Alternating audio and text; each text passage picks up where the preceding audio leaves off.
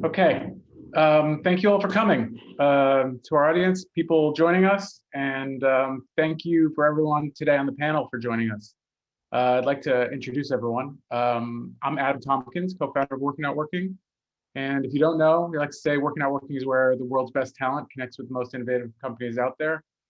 Our mission is to remove the obstacles between creative people and opportunity.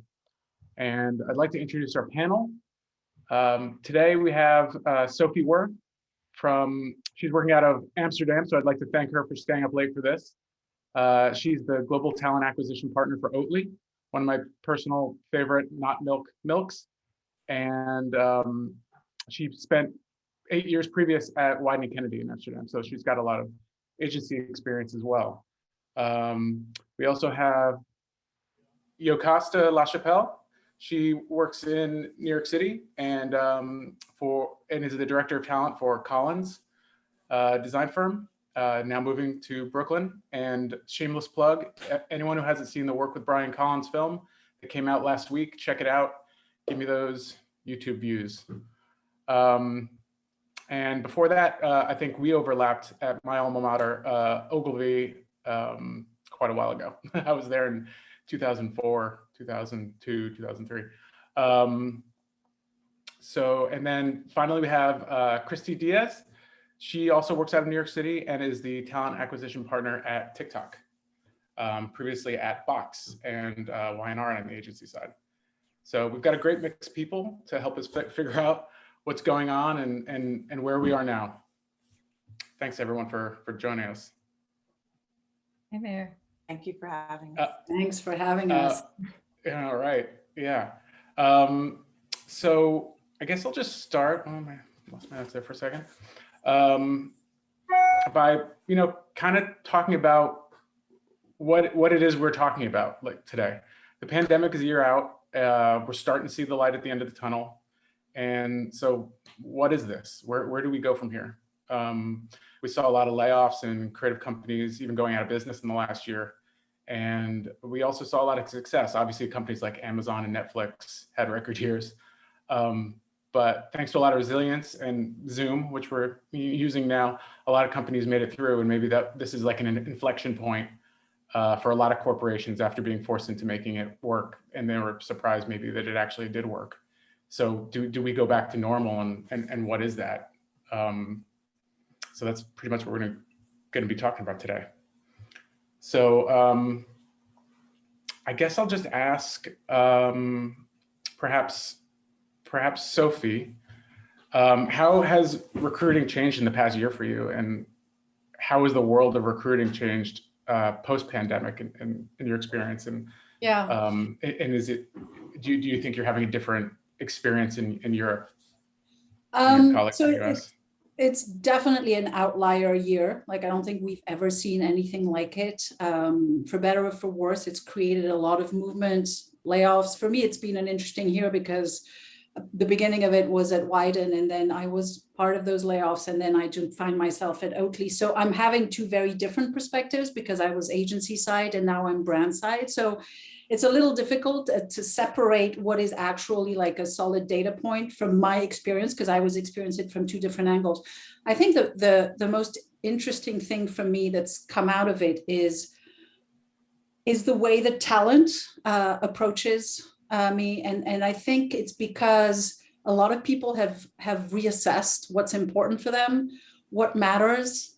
It's given people a lot of food for thought and kind of reassessing, like, is this a good relationship with my work, or is this a toxic relationship with my work? What's important to me? What matters? A lot of people have temporarily relocated somewhere else or spent more time with families and kids. And so that's created a lot of introspection. And so on the one hand, there's a lot of fear because there was fear of layoff, or, oh my goodness, I've been laid off. What's going to happen to me? And in that same moment, there's a lot of fearlessness that's been happening as well, because your people have started to think, well, hang on a minute. Am I happy? Is this good for me? Like, if the world's coming to an end, is this where I want to be? And this is what I want to do. So that's my observation, which I find fascinating. And I think we're going to see how that unfolds and the ripple effect of that. And I think that's going to be something that we need to understand and think about as recruiters and as companies, because the talent is going to be expecting something else. And what matters to people has shifted, I think, for the better. Yeah, I totally agree. I saw a lot of friends making moves that I don't think they would have made had they not been forced to, and they're much happier for it, whether it's in the industry or outside the industry or moving states or countries. And there's a lot of flux, but it's really, to me, people's priorities have been rearranged. It kind of takes something like this sometimes, I think. What about you, Christy? I would definitely agree with everything Sophie said, that I've noticed a shift in just priorities in general, and that folks just wanting to do more meaningful work when they're thinking about what are the top decision factors for them as they go into a search. I would also add that what I have noticed is just the reminder that like this is like human capital that we're dealing with here. And I think that there's been a major shift in just the way that we approach recruiting in a more empathetic way, and understanding that these are major life decisions that people are making. And how can we think about that during the recruiting process? How can we be more empathetic? How can we be a little more understanding?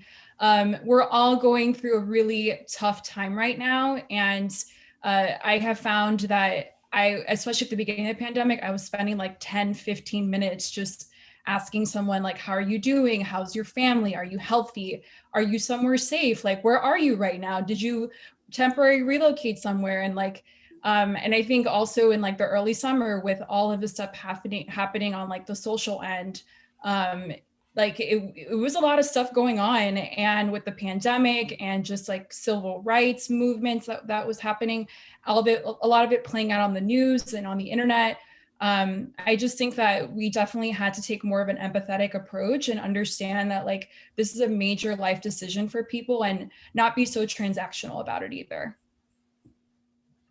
Yeah, I think there's probably never been a year like this with both of those factors, and also just the way that agencies are changing and companies are changing as well. I mean, all this working from home stuff with Zoom and being able to work with a team remotely was coming, but this kind of forced the issue. And I remember writing something on LinkedIn is like are all these companies now that have these big skyscrapers going to realize they maybe don't need them? And there's been times like in the 50s and the 40s where all those lofts in New York used to be artist lofts used to be manufacturing companies. And it's like, are we heading towards that where people are just going to work from home and be able to find talent in different places and use these tools to be able to do their jobs? And then these agents, especially agencies, have kind of been struggling to figure out what the next move is and how their business is changing, is like taking some of this overhead down. I think it might be really good for a lot of companies. Are you guys going to be going back to the office? Do you have a plan? Are you asking me? Is there anything? Yeah, well, everyone. So certainly, as a company, we're looking to go back into the office. It's interesting. We're a startup through and through, and we recognize the value in that in-person collaboration. So as a company wide, we definitely want to be going back into the office. We don't have a date yet. It's definitely a moving target because we just want to make sure that we're doing it in like the safest way possible. And the interesting thing is that we're not just based in one location. We really are a global company, and each city that we're in is in a completely different phase of the pandemic. Some people have a wave coming in. Also, like some cities are more commuter cities, like New York City, everyone's going to get on the subway one day. Not sure how that's going to happen. But I think we're also trying to be like thoughtful about each location and how maybe one approach or plan is not appropriate for that same office or city. But the short answer is that yes, definitely we want to go back into an office and have that FaceTime together. How about you, Yocasta? What this past year of working remotely has taught us is how we can still successfully collaborate cross-functionally and still stay connected culturally with our team. And it also has allowed us to like engage with a broader range of talent, of diverse talent in different places. And of course, we still miss that in-person, time. But I think for us, it's more of evolving into a more hybrid model so that we can kind of reap the benefits of both. Yeah, I was telling Justin, it would be cool if every creative company had kind of the Widen Portland stairs, that big kind of room where everyone kind of shows work and does pitches and stuff, and then no offices. And then so you have like breakout rooms and you can come and work. I'm dying to like hang out with like our, our colleagues. Everyone's just kind of, I think really wanting the option of going in, but also the flexibility of being able to say like, I'm going to stay home today. Because personally for me, I mourned the death of personal offices. Like when I first started, I was at Ogilvy and I had an office, and that's the only office I ever had, because after that, it all went open plan. And I'm so like ADD that I would have to go hide in the stairwell and try to work. But it's been actually refreshing this year, because even though we're having a lot of fun and going out for lunches and seeing some of our colleagues all the time, we're getting so much work done because we had a crazy efficient year. So where maybe again for Yocasta, where are you finding talent now? Like what how has your perspective changed from having, are you looking outside the zip codes more because Absolutely. You can bring people in? Yeah. Yes, absolutely. We've already have kind of, engaged and built relationships with talent all over the U.S. and even abroad. And it's really great to have that ability to collaborate with just a broader range of students through kind of senior level talent. Yeah, so hiring remote talent's more on the table than ever. Oh, for sure. Yeah. For sure. Have you guys been hiring a lot? Like how have you been scaling up your teams through the pandemic? Yeah. Fantastic. Yeah, I was going to say that we fortunately have been in a position where we've been hiring quite significantly and scaled the team. Like when I joined the business group that I work within, was at about like 200 people. Now we're over 1,000, and it's just crazy that we built this team from truly our living rooms in our sweatpants. But I was also going to add to like, where are we finding the talent? I think that something that has been really meaningful that came out of the pandemic, like I'm trying to find the silver lining in all of this, in that it really brought a lot of these communities together, especially the creative communities. So I found there were so many of these like creative repositories of underrepresented groups, of just people getting like resumes or portfolios onto like one big database. And it was like a really great way to find talent outside of the usual resources that like I would typically go through. And actually we made a couple of hires from them, and candidates not even knowing they were even on it. Like they were like, how did you find me? I'm like, I found you on this database. Like I didn't even know I was on that. But it's been really amazing to see how people have really come together and created a community and really uplifted and helped each other throughout all of this. So yeah, to that, I also really enjoyed seeing these efforts to build mentorship networks. There's Adland mentors, and there's Coffee at a Distance, and there's all of these. And I love, first of all, taking part and giving back, but I think it's also a great way to make sure that young talent who's like, how on earth am I going to get a foot in the door now? I can't get an internship. There's no internships going. How do I get And I think these mentorship initiatives have been amazing because it really showed that there was a lot of generosity in the industry. That was for me a really beautiful thing to see, because it didn't always seem like this. And I think it brought everyone together. It was the great leveler in a way, and people really just stuck together and helped and lifted each other up. And to me, that's been another, wonderful side effect of what's been going on. I think it's to your point, Christy, about empathy, about humanity, because everyone has struggled.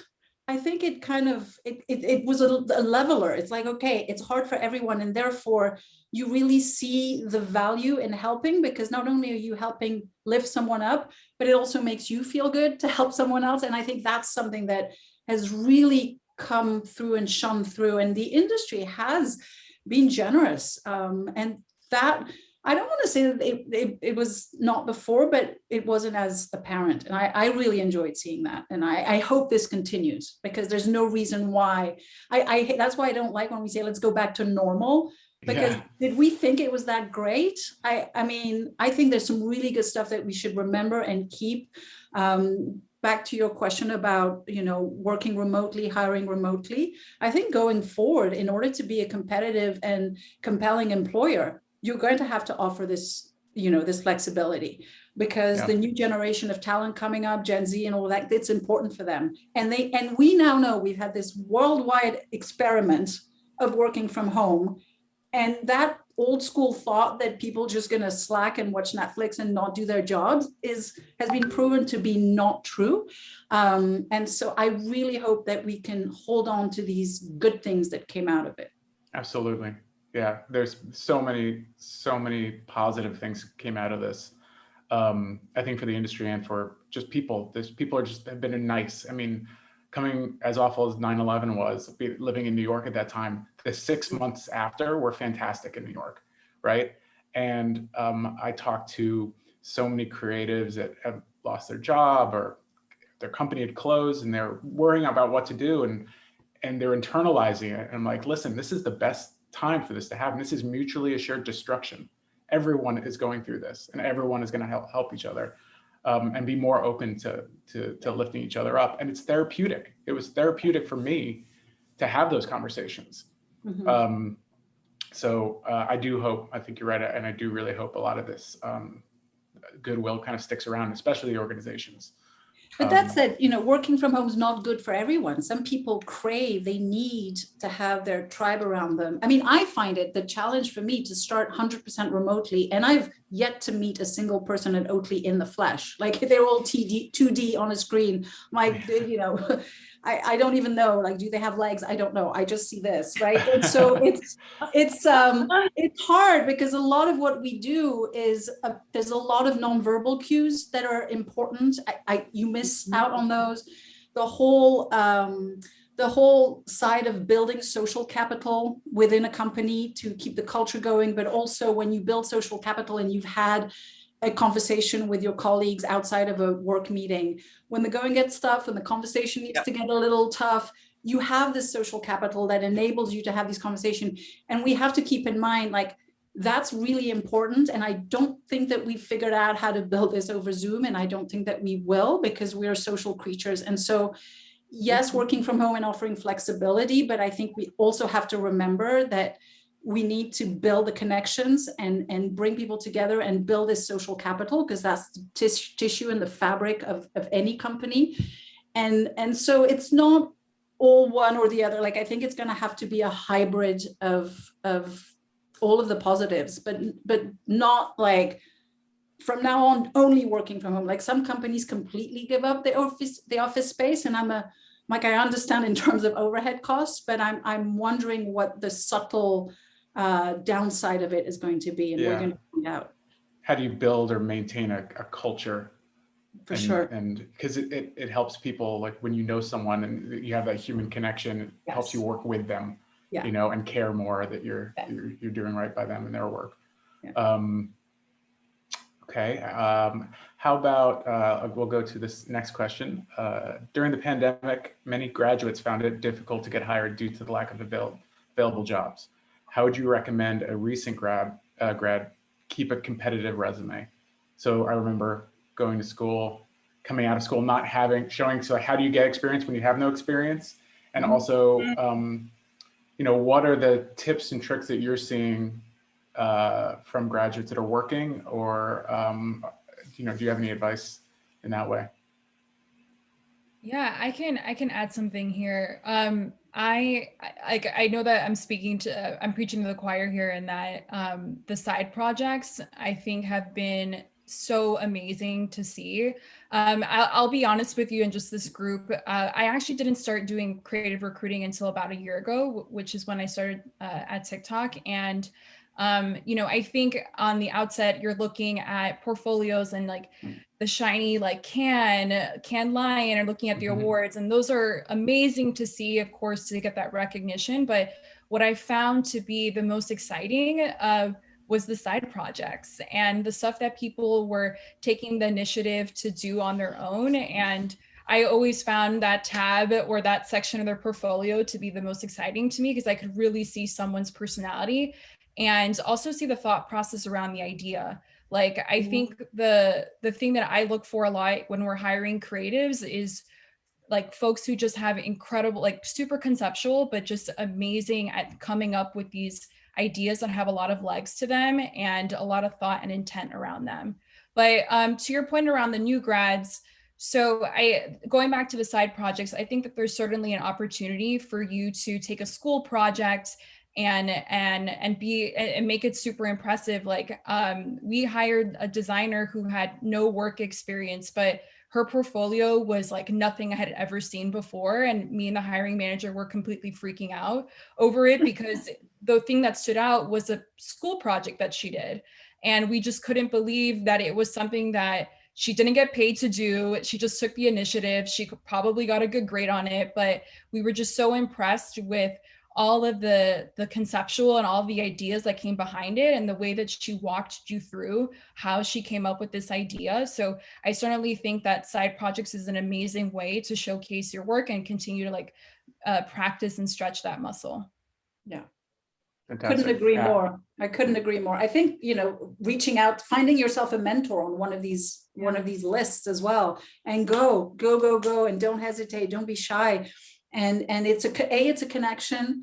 B, I might just go, hey, I mean, it's happened to me. I was like, I don't really hire your kind of profile at Oatly, but you know what? You should totally talk to this person because you're similar. Gonna get along, connected them. And then now it's like something great's going to come out of it. So I would recommend that as well, because it's so hard to build a network and reach out, but those lists are there. Those people have actually said, yes, it's okay for you to reach out, and I will really give you some of my time to help you out. So go for it, really go for it. Fantastic. Yeah, I think 20 years ago or 15 years ago, it was all about what awards you've won. And I think it's moved to personal projects. And even if there are projects, Justin always jokes that he got every job he ever worked at from his garbage cubes, not from his portfolio. Yeah, and I think the whole award as a metric is I don't know, problematic is maybe a strong word, but if you're really looking to increase diversity, it's a function of what projects have they worked on. There were the sexy projects. Was the agency spending money to enter awards? And therefore, by definition, it's a select group of people that is not very diverse that tends to enter awards, and therefore not entirely fair to just use that metric. I think to me, that's like the obvious path. I like to go the path less traveled, like, so where are those people? And that's a much more interesting approach. And yes, the personal projects are, I mean, to me, that's the most exciting thing. I mean, I typically get a creative director's attention on the past commercial work for about 6 minutes and 30 seconds. And they're like, cool. What have they done that's not advertising? And then that's where we all kind of go, like the eyes light up and we're like, oh my God, this is it. And so that's more exciting. So I always encourage people the same to show me what they've done. And how often do I say, great, we're talking your advertising portfolio, fine. It's just substantiation that you can do the things that you say you can do, but we all know it took a village. We all know it was a lot of compromise along the way. but who are you when you're truly that creative creatures that I want to get to know? What do you do? Show me what you've got. When you're not being edited. It's amazing. They and they're like, but so many people tell me I shouldn't have my personal work on my portfolio. And I'm like, look, every recruiter is going to tell you something different, but the whole point is you have to shine through your portfolio. I need to get a sense of who you are. And just showing me a collection of ads that you're never going to do again doesn't tell me who you are. It's only part of the story. So give me the full picture. That's really important. And that's something that you don't need anybody else but yourself to get that going. So there's also a lot of constraints that might come with these like big ads that they're doing. Like what are the metrics or the constraints that the client is putting on them? What's been put on the brief? Like they maybe weren't able to have the ability to have that creative expression that they might have in a side project or in like that self work that they're doing behind the scenes. So I agree with you 100%, Sophie, that sometimes they can't even really be their whole selves in these big advertising campaigns and TV spots. So yeah, it's kind of like in the constraints of an agency and having 10 clients and 5 creative directors and all these different people editing your work and keeping you inside a box. And that's what comes out, the end product of an advertisement. But what happens when you take all of that away? What do you believe in, and what can you do yourself, and what projects live on beyond that interview, beyond that, like, okay, the stamp is on it. It's done. It's an advertisement. It ran. Yeah, that's probably the biggest advice I always give to people is like personal projects. Yeah. Show people what you care about. Yes. Sorry. Yes, sorry. Oh, hi. And yes, and I would add, just to add, it isn't, I mean, I don't require like a resume. It's more important for me to see a bio of like who you are, right, than a resume. And what that personal work allows is to see the full spectrum of your range, because, I think the focus should always be looking for the, looking for potential in candidates rather than like a long list of criteria to check off. I love what you say about the resume, Yocasta. It was the founder of the Brixton Finishing School, which is an initiative in the UK to help young adults from underprivileged neighborhoods to really kind of have an opportunity to understand what jobs are out there. And so she's doing fabulous things for those people. But she said something that blew my mind, and I never thought about it like that. And I say it to whoever wants to listen, because I think it's such a good thing to hear. She said, you know what? Your resume, your CV is just a recap of your privilege.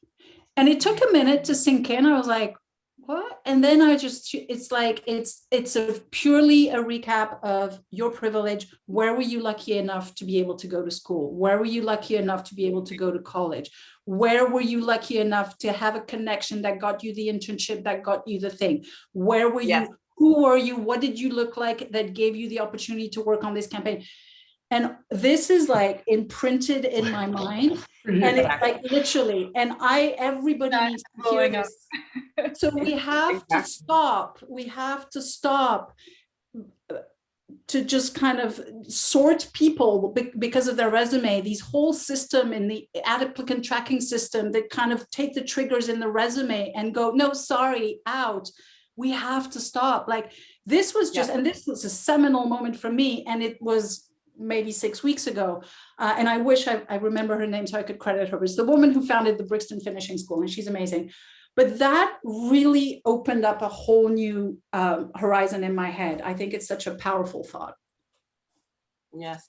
And when you think about, you mentioned tech, if there's a technology in that filtering process, you are losing so many potential candidates. It still requires, a human, really kind of looking and assessing.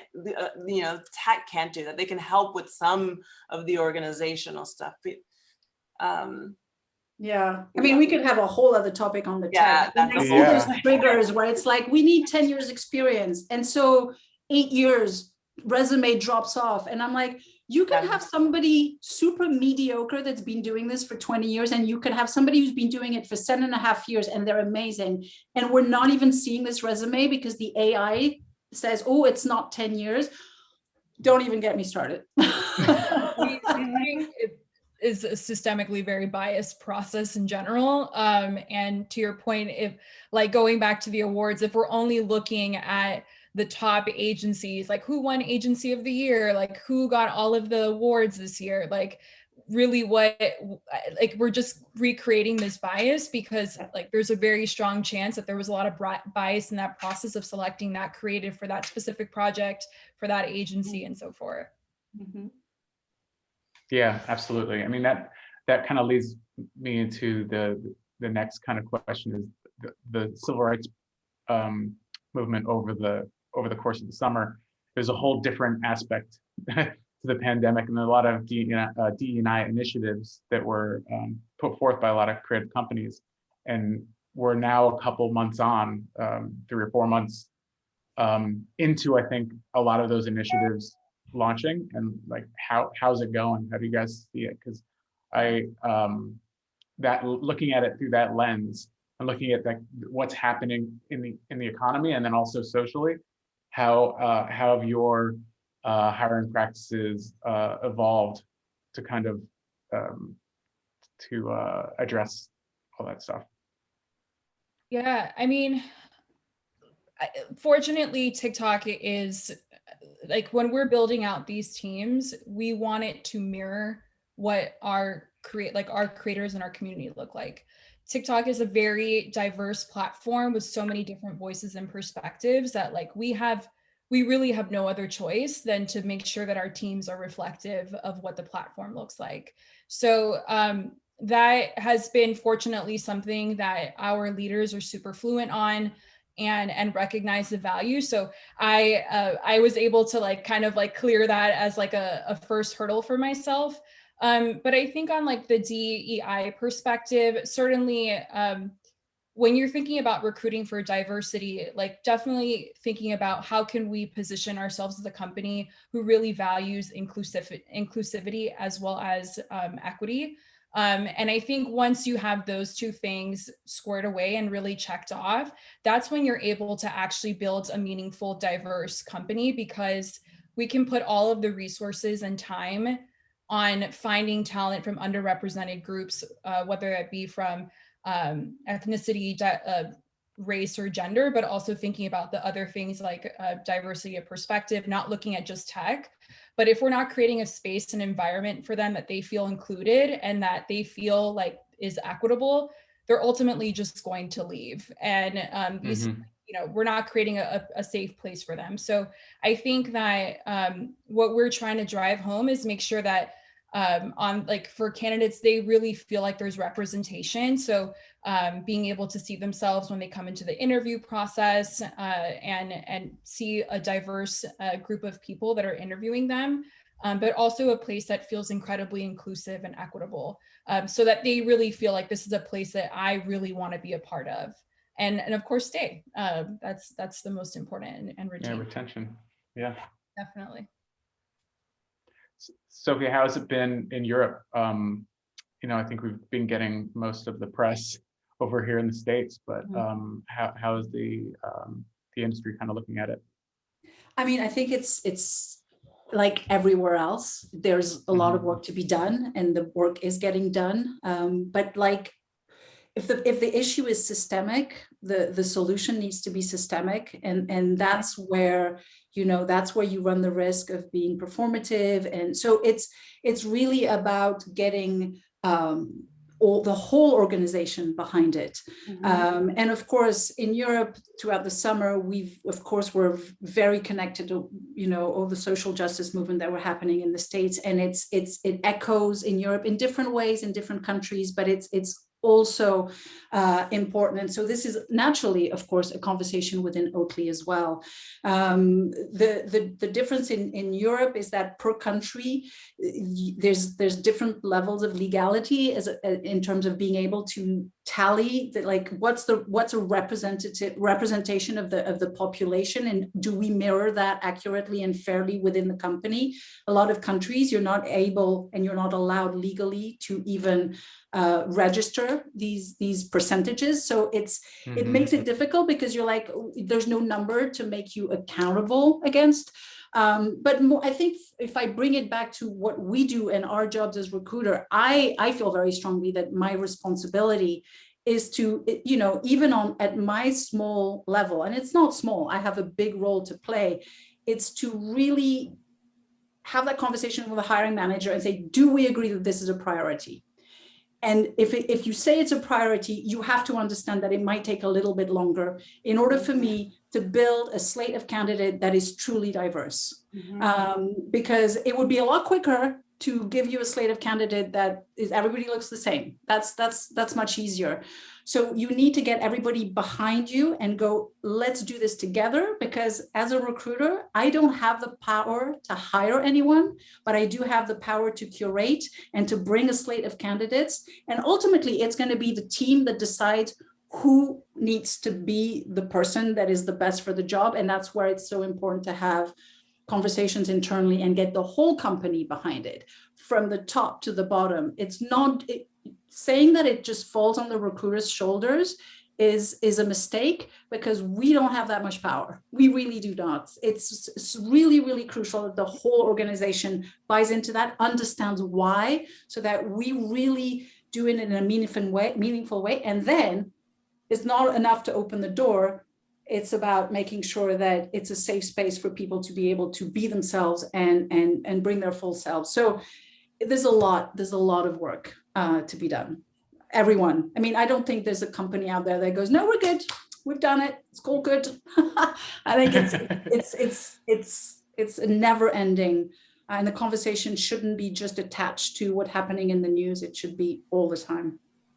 Yeah. We've felt the same thing. We've developed this marketplace where you have this aggregate of all this creative talent, and then you add all these filters, resumes being one of them, places you've worked before, all these questions now to get down to a few people to choose from. Now we're going, are we part of the problem? Yeah. You know, by adding these filters, and so we're taking a hard look also at the way that we build new features and products. This is actually leading into one of our questions from an attendee that was submitted. I think it's a pretty good segue. Has the pandemic taught us to look for new personality traits or backgrounds in order to better equip a workforce in the future? So we've got this whole new way of working now, and some people who come to the office every day have one way of doing things, and they have one group of personality traits. What personality traits can we look for in new hires to know that this person's going to be really great to work offsite or to be remote in this area? Like, what do you think that the strengths are in people that show you that if we are working from a distance, what are those things that are going to help you do that? Or like me, do you need to sit in the staircase to work?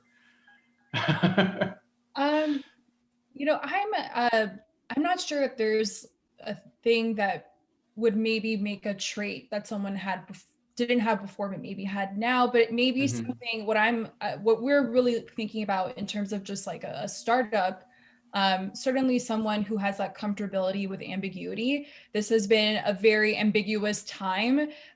So someone who really feels comfortable and feels comfortable to be able to thrive in that type of environment, I think would certainly make someone successful in this type of environment.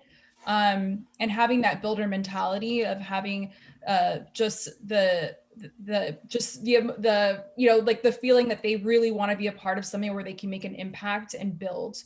So I think those two things are like on the culture side, really something that we're assessing for throughout the recruiting process. And just thinking about really who can add a ton of value here. Mm-hmm. How important do you think that having a social presence is for candidates? Personally, like I've never leaned into too much. My Instagram is just like pictures of my nephews and nieces and dogs and stuff. I don't have an art director's Instagram. I never have. But do you think going forward I feel like it might be changing. Whereas 5 years ago, it was very important, and maybe there's a little bit of distance now, and you allow people to be more private.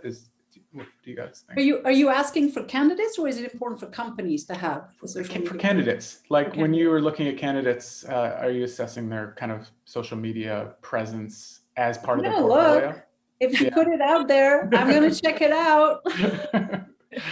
I mean, fair enough, right? Absolutely. Certainly, if they're putting it out there, I'll definitely take a peek. Yeah, I think certainly not a hard requirement. I think it's always really exciting when you see someone who, outside of just like being an influencer or a creator themselves, are just really contributing to their communities, whether specifically on the culture side.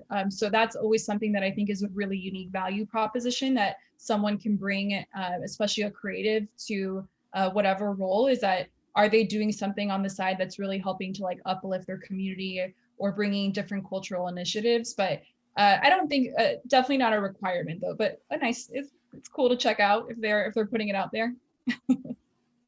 Yeah, I would say I agree. It's not a requirement, but it's actually really nice to kind of see a little bit of work in progress, or something that's about to launch, or something to share, quickly, or a little bit quicker than having to do a whole website update or resend a portfolio and just.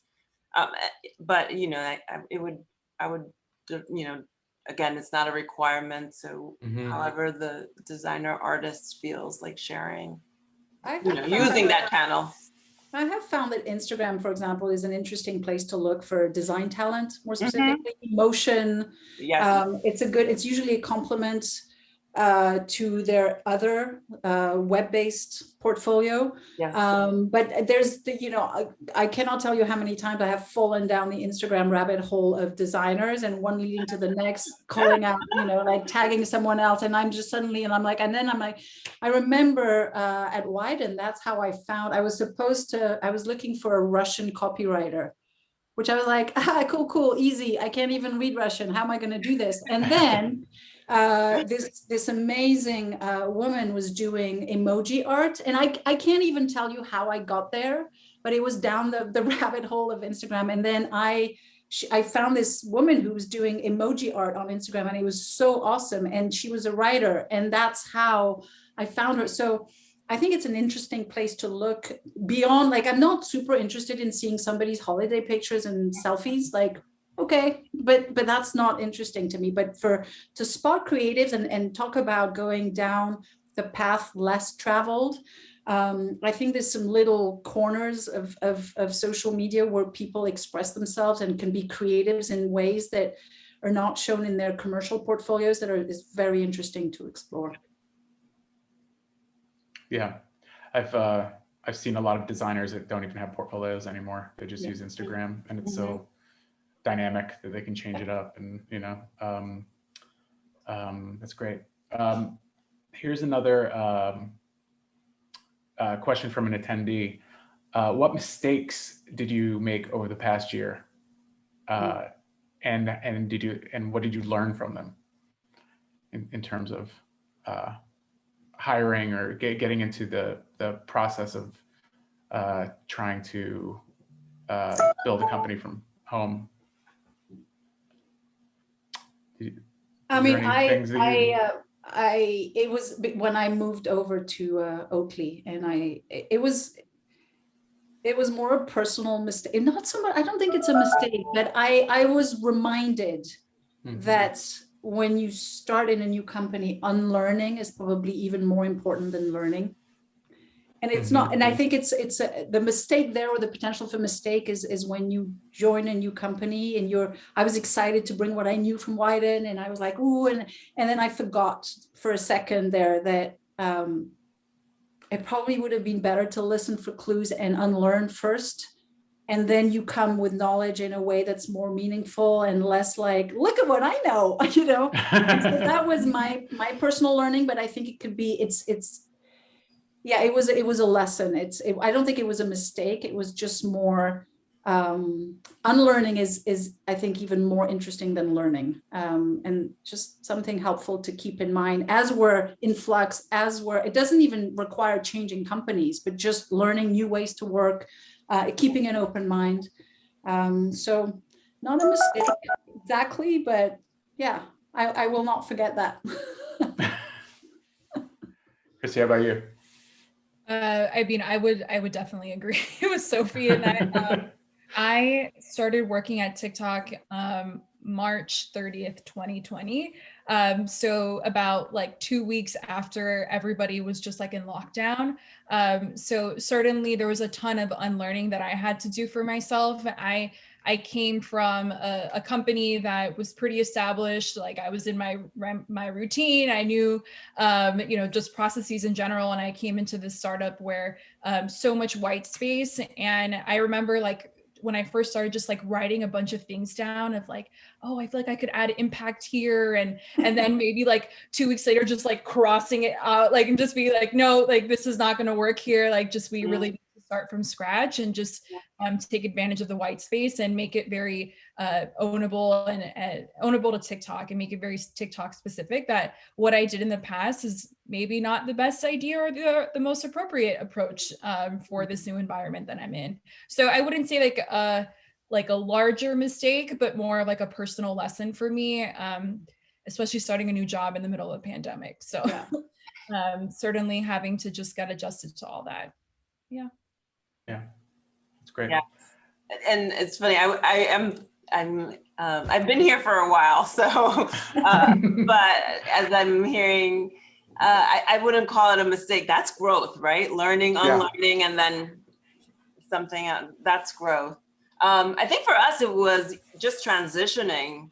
Even though we had all the tools and laptops and Zoom, all transitioning completely to remote, that was a bit of a learning curve, and adjusting to make sure that if there wasn't burnout, and how do we block and how do we work with team members outside of our zones, and so that was a learning curve, but it's I'm pretty proud of how resilient and adaptive the team has been, and now we've kind of feel like there's still some parts that are still we're still figuring out, but it was a big challenge for us at first.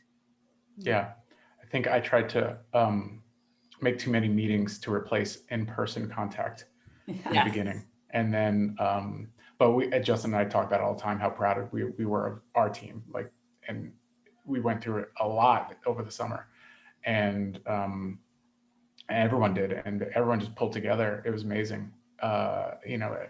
The economy was one thing, but there was not a shortage of organization or work, or we were extremely efficient. So I guess we have maybe time for one more question. I'll ask, what are you most looking forward to for your own company and for the industry in the next year?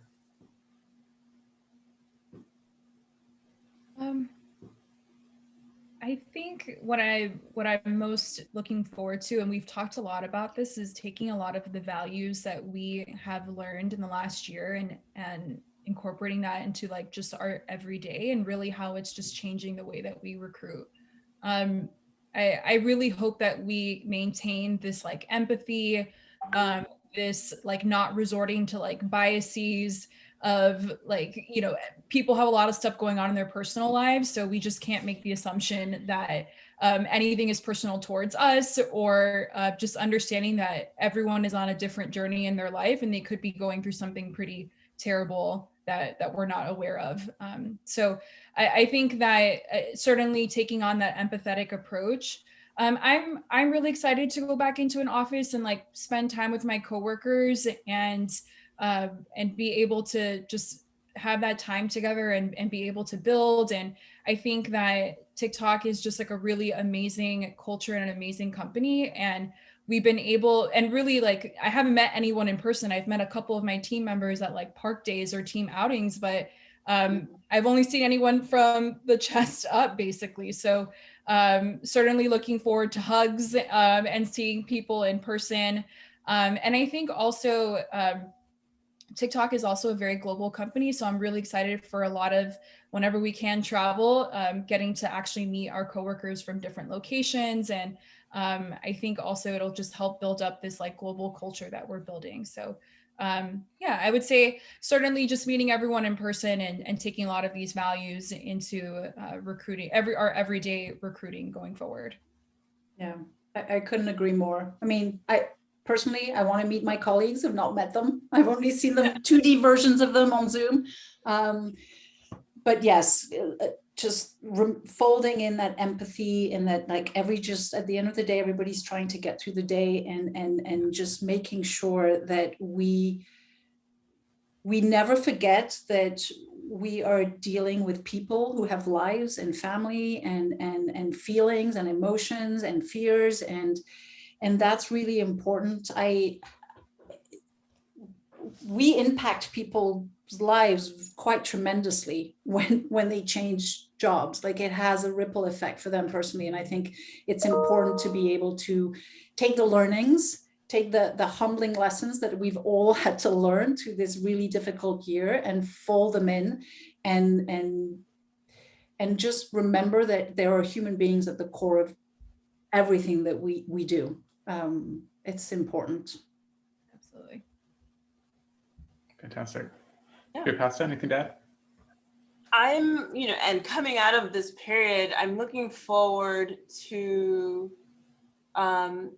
building more relationships and partnerships around diversity and inclusion. Mm-hmm. I think we've been all functioning in our own little silos and the needle hasn't moved much, right? And it hasn't been effective. And I feel that there seems to be more openness to actually come together and help scale these efforts in order to really, hopefully, have real impact in the industry that we love. Yeah, well said. I think I am really looking forward to seeing some of the members of our team that I've never met in person, like only in 2D representations. I really want to go to New York and sit at a bar and eat dinner at a bar. For some reason, that's what I really want to do, and close talk to people. And I think I want to not forget also a lot of the lessons that we all learned this year, and keep that going forward, and help build some of these organizations and develop some of these organizations that sprung up and empower them. And I think we've got a really good head start. Yeah. I think this year was a big turning point and something that I think we all needed. It's a big industry of human beings. And I think we all got to see a little bit more of everyone's humanity this year. And I think for those who are still out there looking for work and still struggling, because there are people for whom it's still very challenging, it's picking up. It's getting better. There are jobs. There's going to be more. I just keep on networking. Don't despair. It's and everyone I know that was laid off at the same time as me, which was in the summer, everyone has found something and they're happier and they potentially make more money and they have no regrets and they grew and they learned. So I just want to say to anyone out there who's still feeling that it's quite dark, that it's getting better. There are more and more jobs that are going to sprout right and left. So just fantastic. Hang in there. Guys, thank you so much audience, thank you very much for joining us, Sophie, Christy, Yocasta. Thank you. This has been great. I just want to remind everyone there's lots of TikTok jobs on Working Not Working right now. A lot of TikTok jobs on Working Not Working. And there's a lot of jobs on the job board. And you know, coming from a kind of macro perspective, we're seeing actually looking at our data going like, oh, there's a lot of jobs. There's stuff happening out there. Yeah. So you're absolutely right. Don't fret. We're coming back better. Yeah, we are. Yeah. Thank you guys. Thank you very much. So much, Thanks. everyone. It was an honor. Thanks to the audience. Thank you. Bye, everyone. Bye-bye. Bye.